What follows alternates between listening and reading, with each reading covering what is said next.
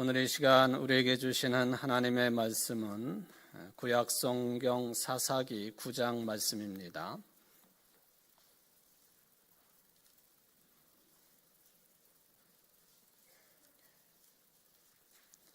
사사기 9장 1절부터 15절까지 말씀을 봉독해 드리겠습니다.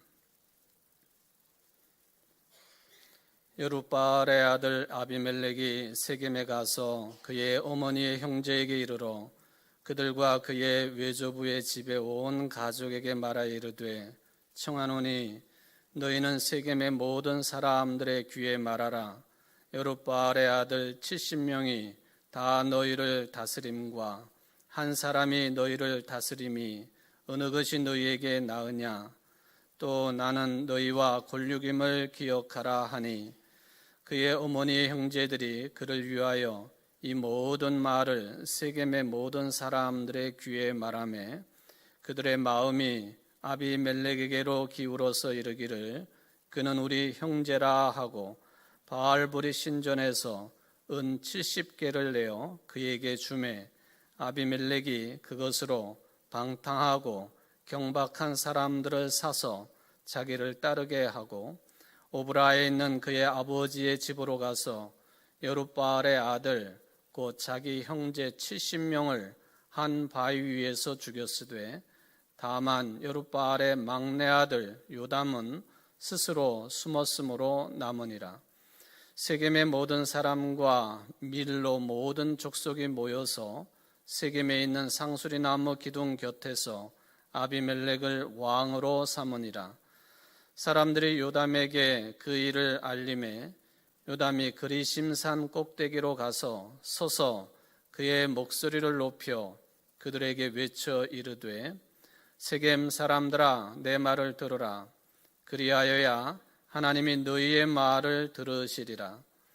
하루는 나무들이 나가서 기름을 부어 자신들 위에 왕으로 삼으려 하여 감람나무에게 이르되 너는 우리 위에 왕이 되라 하매 감람나무가 그들에게 이르되 내게 있는 나의 기름은 하나님과 사람을 용화롭게 하나니 내가 어찌 그것을 버리고 가서 나무들 위에 우쭐 대리요 한지라. 나무들이 또 무화과 나무에게 이르되 너는 와서 우리 위에 왕이 되라 하매 무화과 나무가 그들에게 이르되 나의 단 것과 나의 아름다운 열매를 내가 어찌 버리고 가서 나무들 위에 우쭐 대리요 한지라. 나무들이 또 포도나무에게 이르되 너는 와서 우리 위에 왕이 되라 하매 포도나무가 그들에게 이르되 하나님과 사람을 기쁘게 하는 내 포도주를 내가 어찌 버리고 가서 나무들 위에 우쭐 대리요 한지라. 이에 모든 나무가 가시나무에게 이르되 너는 와서 우리 위에 왕이 되라 하매 가시나무가 나무들에게 이르되 만일 너희가 참으로 내게 기름을 부어 너희 위에 왕으로 삼겠거든 와서 내 그늘에 피하라. 그리하지 아니하면 불이 가시나무에서 나와서 레바논의 박향목을 사를 것이니라 하였느니라. 아멘. 이는 하나님의 말씀입니다. 하나님께 감사합니다. 이제 우리는 2021년 성령 강림절기 막바지에 와 있습니다. 다음 주일까지 성령 강림절기를 지키게 되면 9월 첫 주일부터는 교회력상으로 창조절 절기에 들어서게 되겠습니다. 2000여 년 전에 성령 강림 후 지금까지 교회를 지키시고 우리 믿는 그리스도인들을 또 예수 그리스도께를 인도하시는 성령의 충만한 역사가 오늘도 예배 자리에 나오신 여러분 모두를 또 가정에서 예배를 드릴 수밖에 없는 모든 분들을 거룩하게 또 온전하게 또 충만하게 지켜주시기를 주의 이름으로 축원을 드립니다. 우리는 지난 한 주간 지난 주일부터 두 종류의 귀환에 관한 소식을 듣게 되었습니다. 그 중에 하나가 바로 홍범도 장군 유해 귀환에 관한 것이었습니다. 장군의 귀환이라고 하는 타이틀이 붙은 가운데에 일제강점기에 만주에서 우리 민족의 독립을 위해 투쟁하다가 쓸쓸하게 중앙아시아 카자흐스탄에서 인생을 마감한 그 홍범도 장군의 유해가 우리 한국으로 돌아왔고 대전 국립현충원에 안장이 되었습니다. 그분이 돌아가신 지 78년 만에 봉환이 되겠습니다. 이것은 굉장히 의미 있는 일이라고 생각이 되어집니다. 그분은 1910년 만주로 망명을 해서 독립군 양성에 힘을 썼고 특별히 그 유명한 1920년의 봉오동 전투 그리고 김좌진 장군과 함께했던 청산리 전투에서 일본군을 대파한 민족 독립운동의 특별한 분이라고 하는 것을 우리는 기억을 하고 있습니다. 그렇지만은 연해주에 계시다가 1937년 구소련의 스탈린의 한국인들의 강제 이주 정책에 의해서 카자흐스탄으로 강제 이주를 당하고 말았습니다. 거기에 가가지고 집단 농장을 운영하기도 했고 또 말년에는 고려인들, 조선 사람들이 운영하고 있는 고려극장의 관리인으로 일하면서 여생을 보내다가 1943년 76세의 나이로 조국 광복을 보지도 못하고 공동묘지에 안장이 되었다가 지난 8월 15일 광복절 밤에 대한민국으로 유해가 봉환이 된 것입니다.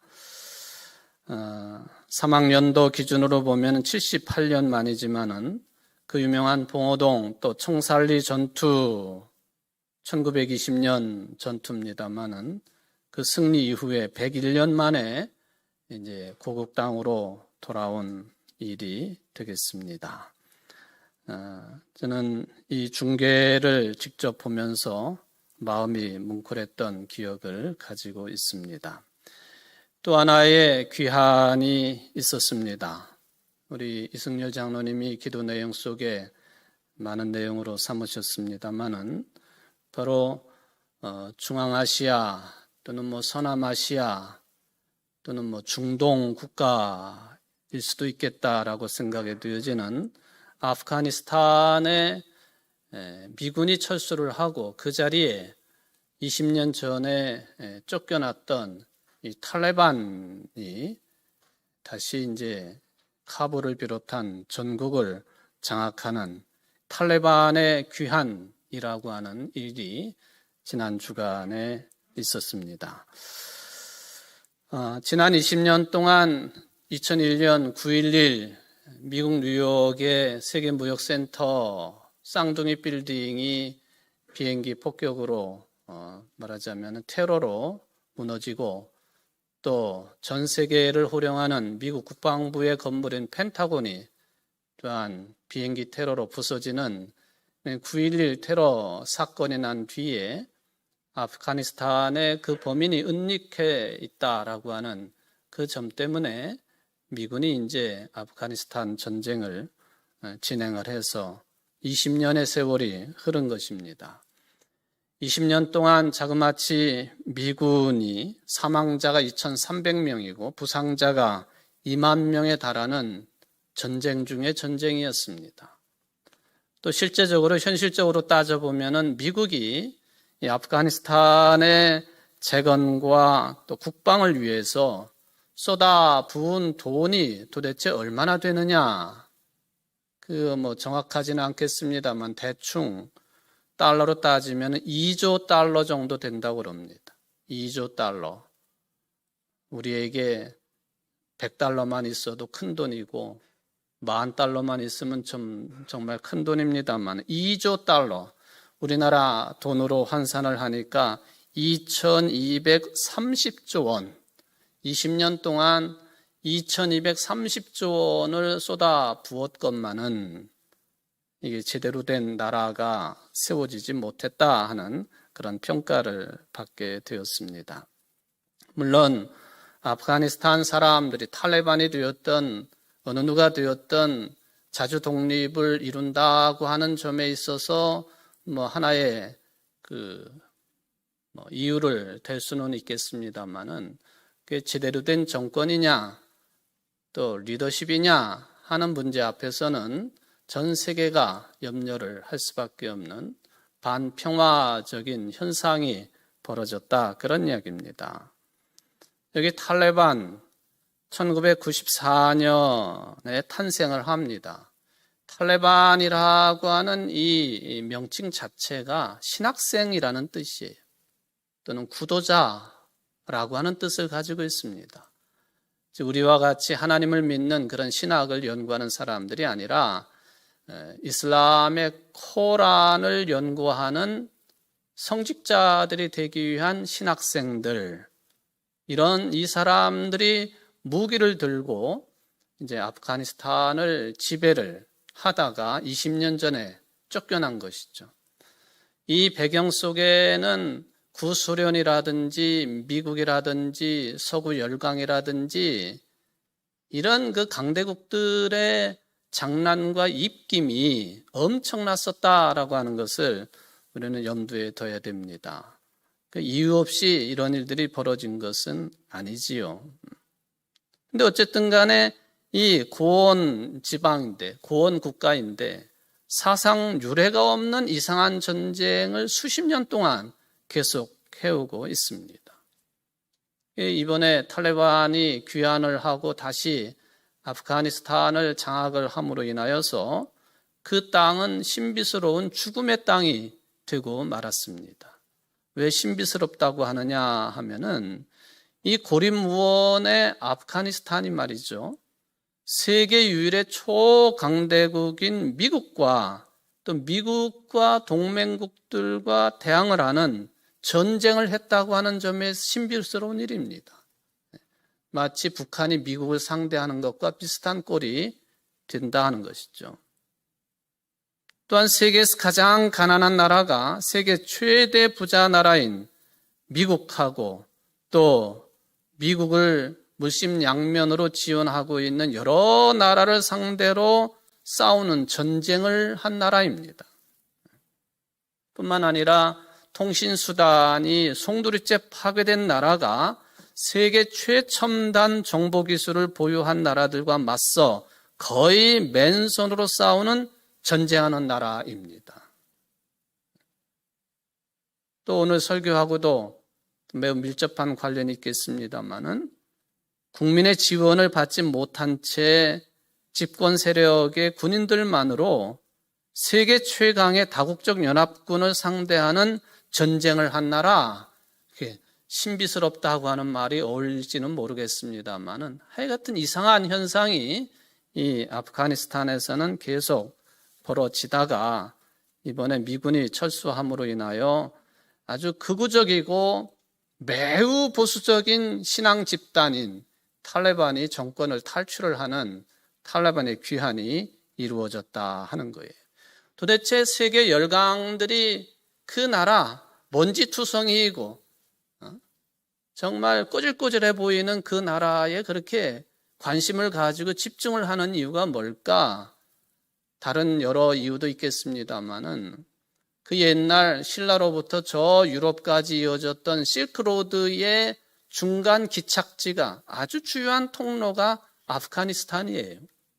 지금도 거기를 장악하면 바로 그 높은 고원지대로부터 중국이나 인도나 이라크나 이란이나 다 내려다볼 수 있는 지역이 거기입니다. 그러니까 지정학적으로 굉장히 중요한 위치를 차지하고 있는 게 사실입니다. 근데 더 현실적인 문제는 그렇게 먼지 풀풀 날리는 산악지대인 그곳에 무궁무진한 자연재원이 거기에 묻혀 있다는 겁니다. 석유하고 천연가스가 엄청난 양이 거기에 매장돼 있다고 하는 것이죠. 그래서 학자들이 평가하기를 쿠웨이트, 멕시코만 북해 지역의 매장량을 합친 것보다 많은 양이 거기에 매장되어 있다 하는 거예요. 그래서 세계가 30년 동안 아주 그냥 풍족하게 쓸 만한 막대한 양의 그야말로 노다지와 같은 석유하고 천연가스가 거기에 매장되어 있는 거예요. 그렇게 가난한 나라이지만은. 그러니까 구소련으로부터 미국도 그렇고 영국도 그렇고 다 관심을 기울이는 그런 나라가 되었다라고 하는 것을 생각을 해 봅니다. 지금 이렇게 지정학적으로 경제적으로 중요한 가치를 가지고 있는 이 아프가니스탄이 이제 20년 전에 쫓겨난 신학생 무리인 탈레반에 의해서 다시 탈환이 되어지고 저들이 이제 집권을 하는 그런 시간을 맞이했습니다.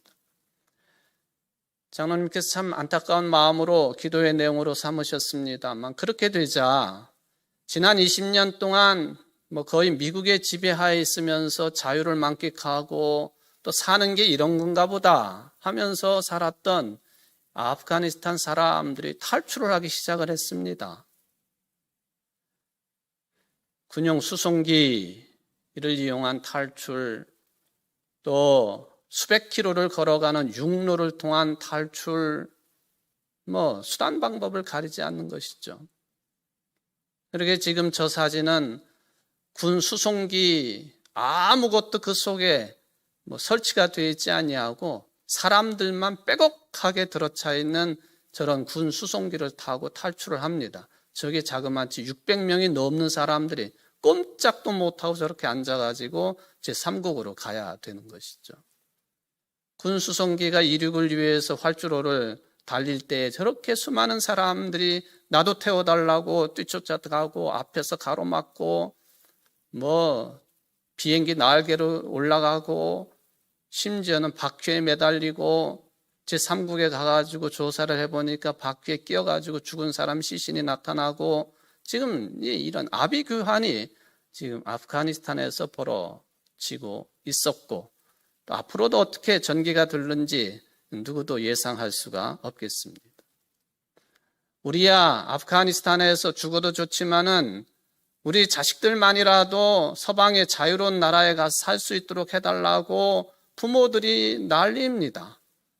지금 미국 군인들 있는 곳과 그리고 아프가니스탄 사람들 사이에 높은 벽이 쳐져 있고 그 위에 철조망이 쳐져 있는데 우리 자식만이라도 이 갓난아기만이라도 제발 살려달라고 아기를 군인들에게 넘겨주고 있는 그 모습이에요. 저 아이가 어떻게 살겠나 참 눈물이 나는 지경입니다. 저 미군과의 관계고 영국군들에게도 저런 일들이 벌어졌는데 이 아프가니스탄 부모들이 그게 몰인정한 건지 자유를 향한 마음인지는 모르겠습니다만은 갓난아기들을 막 집어던진 영국군이 있는 쪽으로 그러다가 아이들이 철조망에 걸려가지고 죽기도 하고 영국 군인들이 그날 저녁에 전체가 다 통곡을 했다는 것 아닙니까? 인간의 삶이란 게 도대체 어떤 의미가 있는 것이고 이게 뭐냐 하는 그런 자괴감에 사로잡혀서 영국 군인들이 통곡을 했다 하는 그런 이야기를 기사로 읽게 됩니다. 누가 지도자가 되느냐? 또 누가 지도자가 되든 간에 그 지도자의 리더십이 어떤 내용이고 어떤 모습이냐? 너무나도 중요한 일입니다. 복잡한 내용이긴 하지만은 지도자를 잘 만나야 하는 것이 불문가지입니다. 묻지 않아도 알 수 있는 내용이고 그것은 명약관화한 일이 되고 있습니다.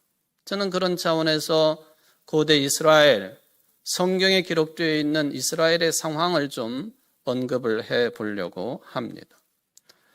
이스라엘이 애굽을 탈출을 해가지고 가나안 땅에 들어가기 전에 지도자인 모세가 너희들이 가나안 땅에 들어가면은 앞으로 이렇게 살아야 될 것이다 라고 설교한 내용이 신명기서입니다. 제가 몇 주 전에 신명기서 그 내용 가운데에 선지자들에 대한 약속의 말씀을 드린 적이 있는데, 그 중에서도 신명기서 17장을 읽어보면은 특별히 왕에 대한 이야기가 나오고 있습니다.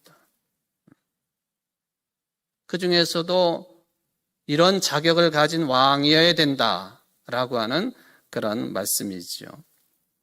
그 시대적인 배경이 지금부터 한 3,500년 전 주어진 말씀이고 쓰여진 기록입니다마는 오늘날에도 이 왕의 자격, 즉 지도자의 자격을 논할 때에 당연하게 언급이 될 수밖에 없는 그런 내용이라고 하는 것을 들으면서 읽으면서 깜짝 놀라기도 합니다.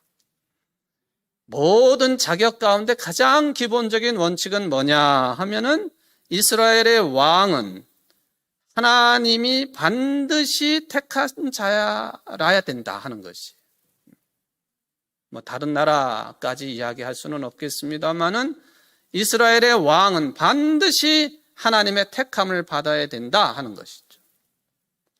사도 바울은 로마서에서도 모든 나라의 통치자를 하나님이 세우신다라고 하는 그런 신앙 고백을 하기도 했습니다만은 이른바 왕권 신수설의 근거가 되겠습니다. 아니, 모든 왕을 하나님이 세우시다니 그는 마치 탈레반처럼 또는 저 중동의 이란처럼 종교가 정치 위에 군림한다는 말이냐 하고 오해할 수 있는 내용입니다. 그러나 그런 해석보다도 흠이 없는 최고의 지도자의 자격을 그렇게 표현했다고 해석하면 바람직할 것 같습니다. 그리고는 그 밑으로 세세한 지도자의 자격이 언급이 되어 있습니다. 이 내용들도 결국에는 하나님이 그 사람을 왕으로 지도자로 세웠다고 하는 증거가 될 수 있는 중요한 내용들입니다. 그 첫 번째가 뭐냐? 이스라엘의 왕은 반드시 이스라엘 사람이어야 된다. 유대인이어야 된다 하는 것이죠. 외국인이 왕이 될 수 없다는 겁니다. 왜? 왕은 그 국민, 백성의 대표여야 된다고 하는 뜻이 여기엔 담겨 있습니다. 대표성이라고 하는 것은 정통성과 밀접하게 관련이 있습니다. 정통성이 있느냐 없느냐를 따질 때에 그 나라 출신의 국민이냐 하는 것이죠. 목사들도 담임 목사를 청빙할 때에도 요즘에 우리 교단의 헌법도 이게 분명하게 명시되어 있습니다. 외국 시민권자는 안 된다는 거예요. 왜? 대표성이 없는 것이고 그렇게 되면 정통성을 잃게 되는 것이기 때문에 안 된다는 거예요. 우리 헌법에, 교단 헌법에 명시가 되어 있어요. 두 번째, 왕이 될 사람은 병마를 많이 두지 않아야 된다. 이 왕이 돼가지고 국방을 튼튼히 하려면은 무기를 많이 가지고 있어야 되는데 왜 이런 말이 있을까? 3,500년 전쯤에 병마를 많이 소유하려면은 반드시 저 남쪽에 있는 대국인 애굽의 도움을 받았어야 했습니다. 애굽의 허락 없이는 많은 병마, 무기를 가질 수 없다는 뜻이에요. 우리나라가 3만부 시대를 넘어서고 있습니다만 아직도 무기에 관한 하는 어떤 나라의 눈치를 봐야 되지 않습니까? 똑같은 현상입니다. 똑같은 현상이에요. 이전에 야곱 시대의 기근을 만나가지고 양식을 얻으려고 조상들이 애굽으로 내려갔다가 그곳에 묶여가지고는 노예가 되어서 약 430여 년 동안을 보내왔던 그 역사적인 쓰라림을 잊지 말라는 거예요. 병마를 많이 마련하려고 하다가 무기를 많이 마련하려고 하다가 강대국의 노예가 되지 말라는 것입니다. 역사적인 교훈이지요. 당장보다는 먼 미래를 내다볼 수 있는 그런 사람이 지도자가 되어야 된다 하는 뜻이 되겠습니다. 셋째, 부인을 많이 두지 말 것이고 은금을 많이 소유하지 말아야 된다. 이게 세 번째 조건입니다. 부인을 많이 두지 말아야 된다. 그 얘기는 뭐냐? 부인을 많이 두면은 우리나라 조선시대 때에도 그것이 늘 문제가 됐습니다만 외척이 발호를 한다는 거예요. 외척이. 외갓집이 떵떵거리고 그것도 부인이 하나이면은 뭐 그런 대로 참고 견딜 수 있겠지만은 부인이 여럿일 경우에는 외척도 여럿이 되는 것이 그 수가 배가 삼가 뭐 3배 4배 막 불어나는 거 아닙니까? 왕의 마음이 미혹을 받아가지고 합리적인 판단을 못하게 될 수 있기 때문에 사사로운 관계에 지배를 당하거나 또 은금을 많이 가져가지고 탐욕에 빠지면은 이게 제대로 된 지도자가 될 수 없다는 뜻입니다. 네 번째, 왕이 되면 율법서, 하나님의 말씀을 가까이 두고 늘 읽어야 한다는 것입니다. 이건 일종의 왕도를 말하는 것이에요. 왕도. 지도자가 어떤 신앙관을 가지고 있느냐, 그게 왕도입니다. 그거는 절대적인 영향을 받을 수밖에 없는 것이죠. 왕도는 또한 법치입니다. 법을 따라 법에 의해서 법으로 백성을 다스릴 때에 나라가 흔들림이 없이 아주 공평한 정의로운 사회가 그때 이럴 때 이루어질 수 있다 하는 것이 신명기서 17장에 기록되어 있는 왕의 자격, 세세한 내용들이 되겠습니다. 오늘날도 이것은 상당 부분 적용될 수 있는 그런 내용입니다. 고대 이스라엘에서 왕정이 탄생하기도 전에 왕으로 뽑힌 폭군 한 사람이 있었습니다. 그 사람의 이름이 아비멜렉이라고 하는 이름입니다. 오늘 본문에 등장하는 사람이에요. 아비멜렉. 오늘 본문에 보면은 한 우화가 등장을 합니다. 소위 말하면 요담의 우화라고 되어 있습니다. 이 요담은 아비멜렉의 맨 아래 동생입니다. 근데 요담이 세겜 땅에 가가지고 이런 우화를 이야기를 했습니다. 숲속에 나무들이 모여가지고 왕을 뽑기로 했습니다. 그래서 나무들이 처음에 감람나무에게 몰려갔습니다. 당신이 우리의 왕이 되어 주십시오. 그랬더니 감람나무가 뭐라고 그랬느냐 하면은 내 기름은 감람나무가 올리브 나무 아니에요. 그러니까 올리브 기름입니다. 내 기름은 하나님과 사람을 영화롭게 하나니 내가 어찌 그것을 버리고 가서 나무들 위에 우쭐거리겠소 하고 거절합니다. 감람나무가 사람보다 나은 거예요. 이것은. 다시 나무들이 우르르 무화과 나무에 몰려갔습니다. 왕이 되어 주십시오. 무화과 나무가 대답을 합니다. 나의 단 것과 나의 아름다운 열매를 내가 어찌 버리고 나무들 위에 우쭐대겠소? 나무들의 세계가 사람들의 세계보다 수준이 훨씬 높습니다. 다시 나무들이 포도나무에게로 몰려갔습니다. 왕이 되어 주십시오. 내 열매에서 나오는 포도주가 이게 얼마나 귀하게 쓰이는데 내가 그걸 버리고 너희들 위에 우쭐대는 왕이 되겠느냐 거절을 합니다. 새 나무가 지도자가 될 만한 능력이 있음에도 불구하고 다 자기 일이 귀중하고 바쁘다고 자신들의 사명의 소중함을 깨닫고 거절을 합니다. 마지막으로 가시나무에게 가서 왕이 되려고 요청을 합니다. 그랬더니 가시나무가 내 그늘 아래로 다 들어와라. 그렇지 않으면 벌을 받을 것이다 합니다. 그러니까 내 그늘 아래 들어와라는 것은 내 휘하로 다 모여라. 대단한 권력욕을 가지고 있었습니다.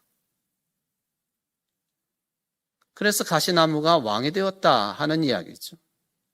창세기에 보면은 창세기 3장 17절 이하에 가시나무가 어떻게 해서 나타났느냐?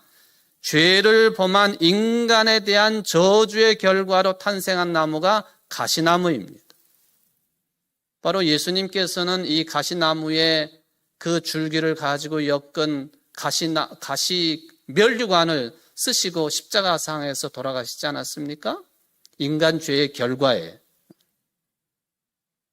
인간들에게 대단한 상처와 괴로움과 정신적인 가시덤불을 선물로 주는 그 가시나무가 왕이 되었다 하는 것이죠.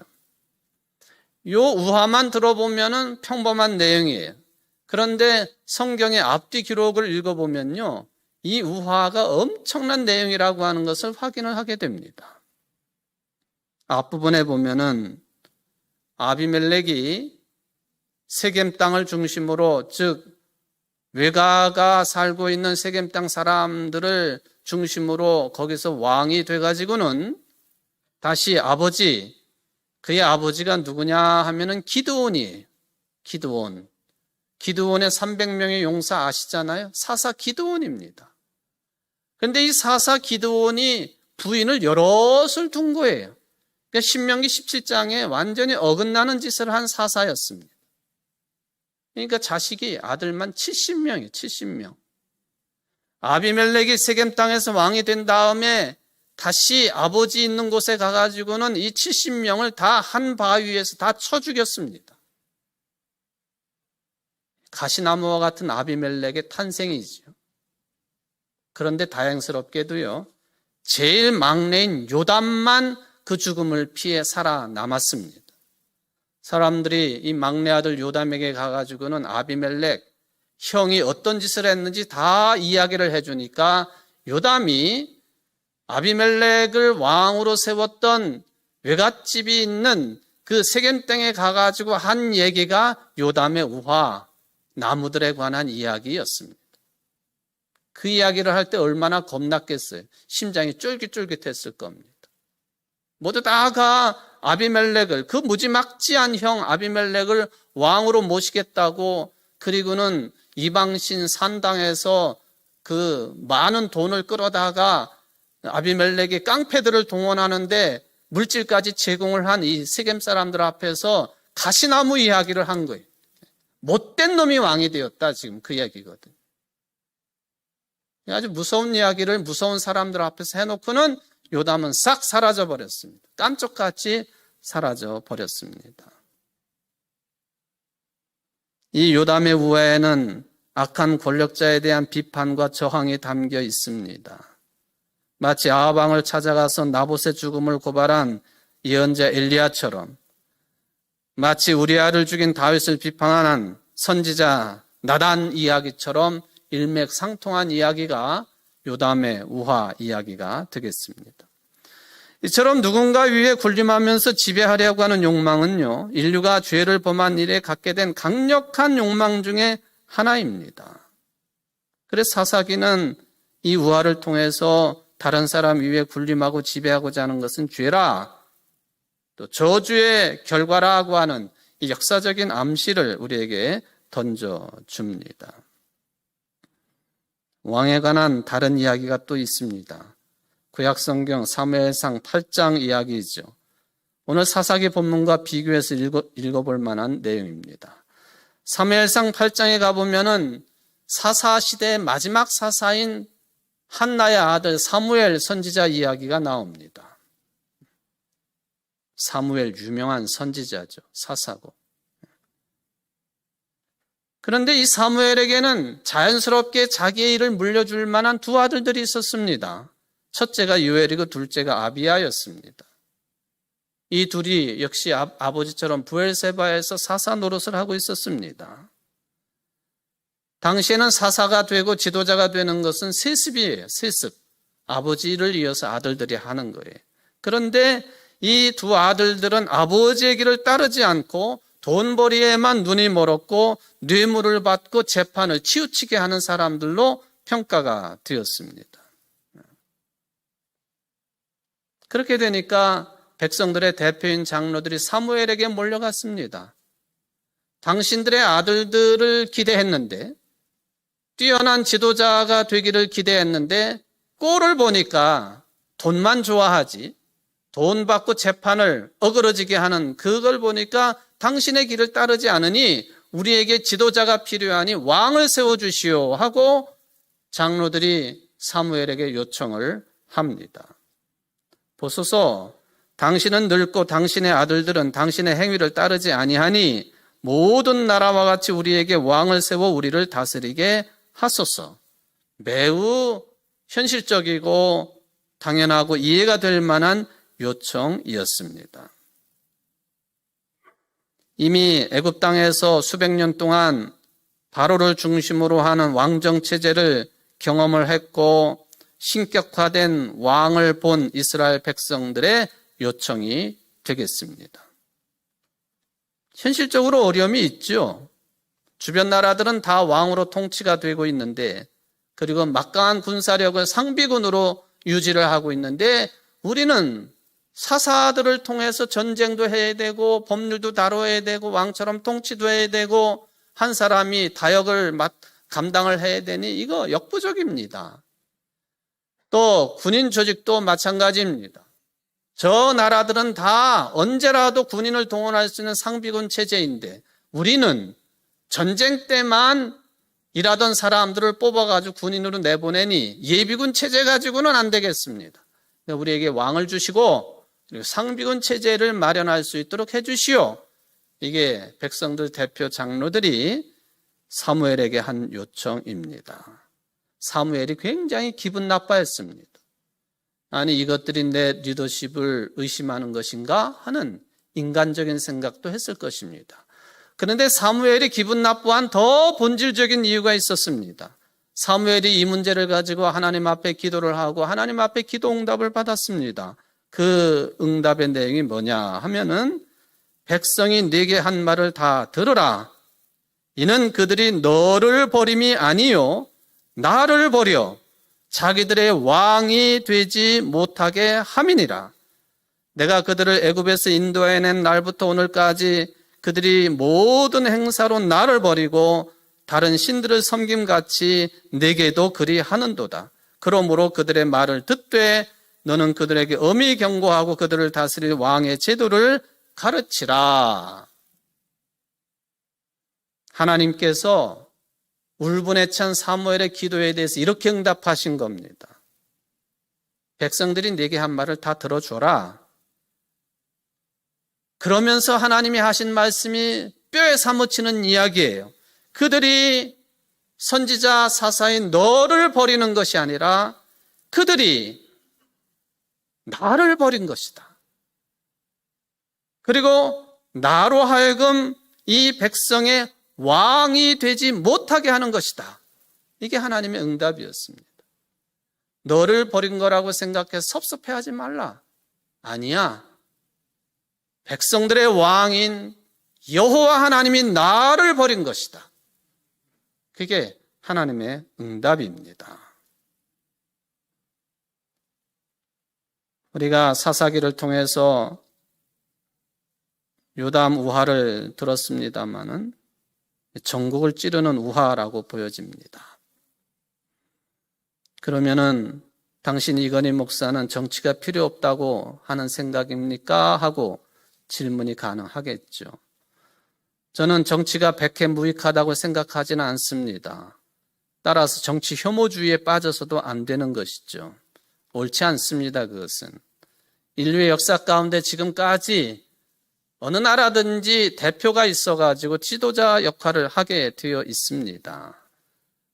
문제는 이거를 거스를 수 없는 흐름인데 이런 현실 속에서도 최선의 모습을 택해야 되는데 정치 권력이 가지고 있는 문제점이 뭐냐? 그걸 국민들은 주시할 줄 알아야 되는 것이고 정치의 본질이 뭐냐? 꿰뚫어 볼 수 있어야 되는 것이고 끊임없이 총 들고 싸우는 것은 아니지만은 대안적인 정치 제도를 찾아가도록 노력하는 것이 국민들의 의무고 책임입니다. 그것은. 근데 이런 문제는 정치 영역뿐만 아니라 우리 인생 경험 전체에도 해당이 됩니다. 우리는 왕에게 종처럼 살아가는 최고 지도자를 왕으로 섬기고 종처럼 살아가는 그런 지향성의 삶을 살아가는 성향이 강하기 때문에 그래요. 물질이 왕의 자리를 차지하고 있고 권력이 왕의 자리를 차지하고 있고 그런 것이죠. 하나님께서 사무엘에게 응답하시면서 그들이 너를 버린 것이 아니라 나를 버린 것이야. 나로 하여금 백성의 왕이 되지 못하게 한 거야 하는 이 말씀의 뜻이 뭡니까? 피조물을 절대화하고 있는 이 백성들에 대한 야단을 치시는 내용이에요. 왕정 체제 자체에 대한 부정이 아니라 눈에 보이는 그것들을 절대화하는 것에 대한 경고입니다. 저들의 종이 되지 말라는 거예요. 우리 국민들 대통령이 누가 되고 굉장히 중요한 일입니다만은 거기에 종이 돼서는 안 된다는 거예요. 여당이든 야당이든 상관없어요, 그것은. 그래가지고는 거기에 종이 돼가지고는 서로 물고 뜯고 싸우고 부모 자식 간에도 화를 내고 싸우고 그건 종이 된 모습이에요. 종으로부터 해방이 돼야 되는 것이고 무엇이든지부터 자유를 얻어야 되는데 그 정치 체제 때문에 누군가 지도자 한 사람 때문에 그게 마치 생명이 되는 것처럼 종이 되어서는 안 된다. 그게 사무엘에게 주신 하나님의 응답의 아주 중요한 내용이에요. 피조물에게 종노릇하지 말라 하는 것이죠. 그건 우상숭배예요. 우상숭배의 결과는 파멸이기 때문에 성서가 항상 그것을 증언하고 있음을 우리는 기억을 해야 됩니다. 사무엘에게 주신 응답 가운데 하나님을 왕으로 섬기지 않으려고 한다고 할 때 하나님을 왕으로 여긴다고 하는 게 뭔가? 이 세상을 실제로 통치하는 분이 하나님이라고 하는 것을 인정한다는 뜻이 들어 있습니다. 저와 여러분들은 그런 신앙을 가져야 되는 거예요. 왕이나 대통령 대신해서 그런 것들이 흐름을 이어가기는 합니다만은 본질적으로는 하나님의 통치입니다. 하나님의 나라의 건설이지요. 올 9월이면은 독일에서 총선이 치러집니다. 10년 동안 총리를 지낸 앙겔라 메르켈이 물러나요. 재선이 충분히 가능한 현직 총리가 수상이 출마하지 않는 것이 독일 역사상 처음이라고 합니다. 이 메르켈 총리에게는 수식어가 첫째 또는 최초라고 하는 수식어가 많이 붙어 있어요. 독일 최초의 여성 총리, 최장수 총리, 콜 수상에 이어서 그렇다는 것이죠. 유럽 내 최장수 여성 총리, 최연소 여성 청소년부 장관, 최초의 동독 출신 총리. 독일의 공영방송인 ARD가 메르켈이 좋은 총리였는가 아닌가 조사를 합니다. 그랬더니 75%가 좋은 총리였다고 대답을 합니다.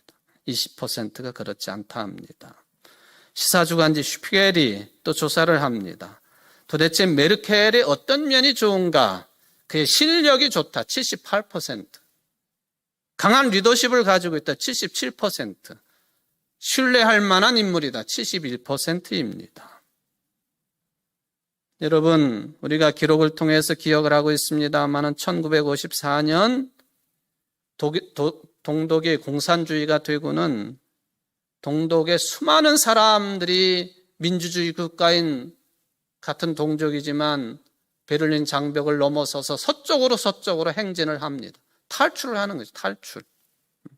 그런데 그 반대 방향으로 서독에서 독일로 간 사람들이 있습니다.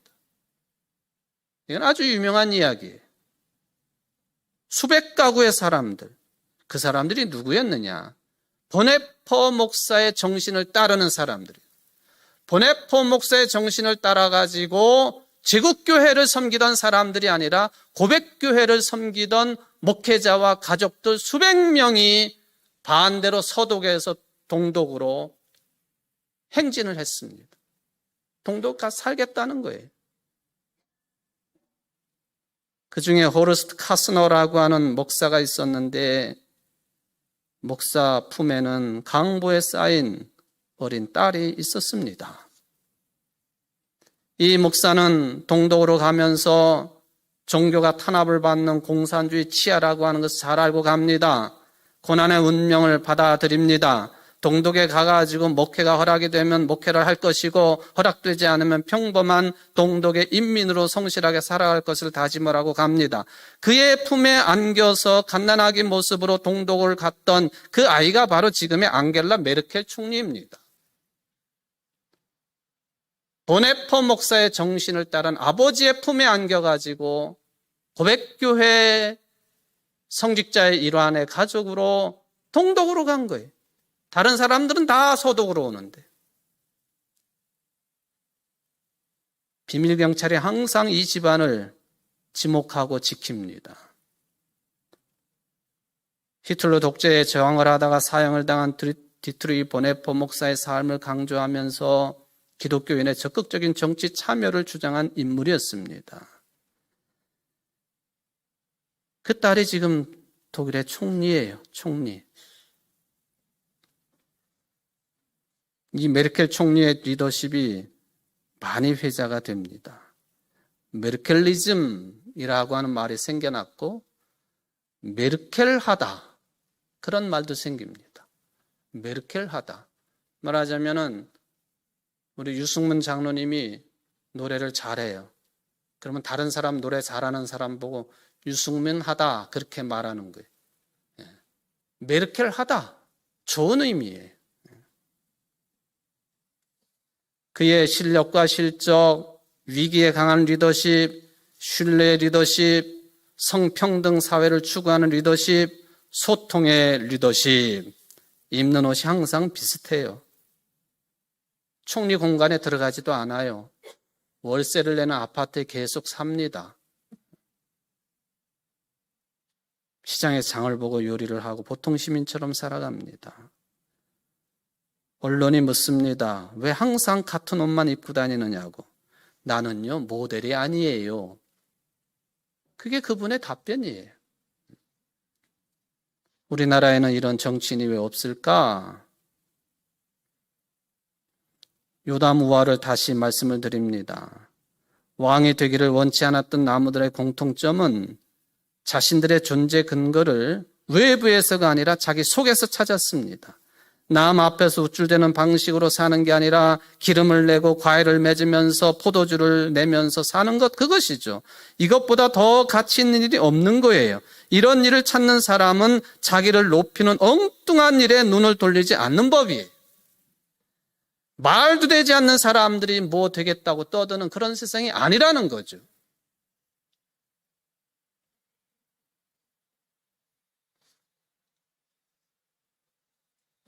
예수님께서 탄생하실 때에 왕 이야기가 나옵니다. 동방박사 세 사람들이 유대인의 왕으로 나시니가 어디 계시냐 하고 묻습니다. 황금과 유향과 몰약을 예물로 드리지요. 처음이 그랬다면 예수님의 마지막 순간에도 왕 이야기입니다. 예수님을 십자가 사형으로 내준 로마 총독 빌라도가 예수님에게 묻습니다. 네가 유대인의 왕이냐? 맞아요. 예수님은 우리들의 왕이십니다. 왕 중의 왕, 킹 오브 킹이에요. 평화의 왕이시고 정의의 왕이시고 사랑의 왕이십니다. 그리고 그분을 보내신 하나님은 우리의 왕이시에요. 그런데 사람들이 그 왕을 부정을 합니다. 자기 멋대로 하려고 합니다. 그게 문제를 일으키는 가장 중요한 요인입니다. 십자가와 부활의 예수 그리스도만이 우리 모두를 죄와 죽음에서 해방시키신 평화의 왕이시고 정의의 왕이시고 사랑의 왕이신 예수 그리스도, 그분이 우리의 왕이십니다. 하나님이 여러분들의 왕이십니다. 이 신앙으로 승리하신 여러분들 되시기를 주의 이름으로 축원을 드립니다. 사랑의 하나님 아버지, 하나님은 우리의 왕이십니다. 예수 그리스도는 우리의 평화의 사랑의 자비의 왕이십니다. 우리를 지키시는 하나님 예수 그리스도를 멀리하지 아니하도록 우리의 마음을 움직여 주시고 중심을 바로잡게 하시고 예수 그리스도와 동행하며 평화의 세상을 만들어가는데 적극적인 참여자들이 되기에 부족함이 없는 우리 청주 제1교회 모든 성도들이 될 수 있도록 복을 내리워 주옵소서. 예수님의 이름으로 간절히 기도하옵나이다. 아멘.